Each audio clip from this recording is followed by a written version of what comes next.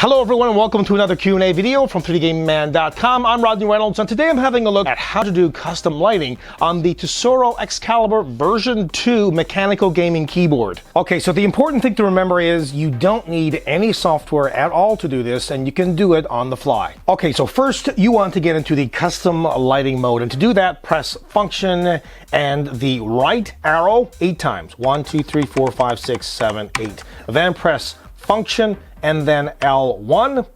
You'll see confirmation that it is in custom lighting record mode. Then you can choose whichever keys that you want. Then press function and then L1 again.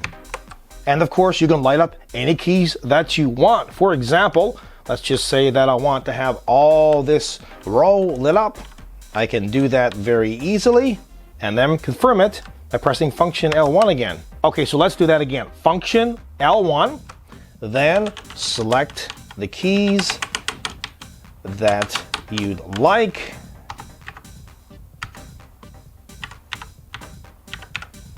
And then stop recording by pressing function L1 again.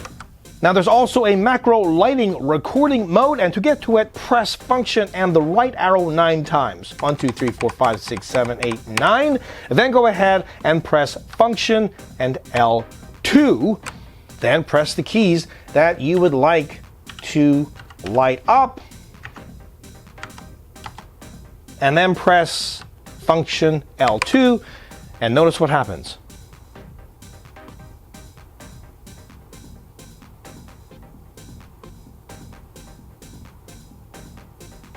Pretty cool, right? Okay, so let's do that again. Press function and L2. You will get confirmation that you've started the macro lighting recording mode, and then select the keys that you'd like, and then press function L2 again, and voila.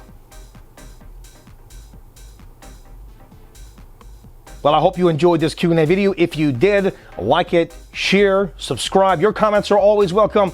And if you have a question for me, post away.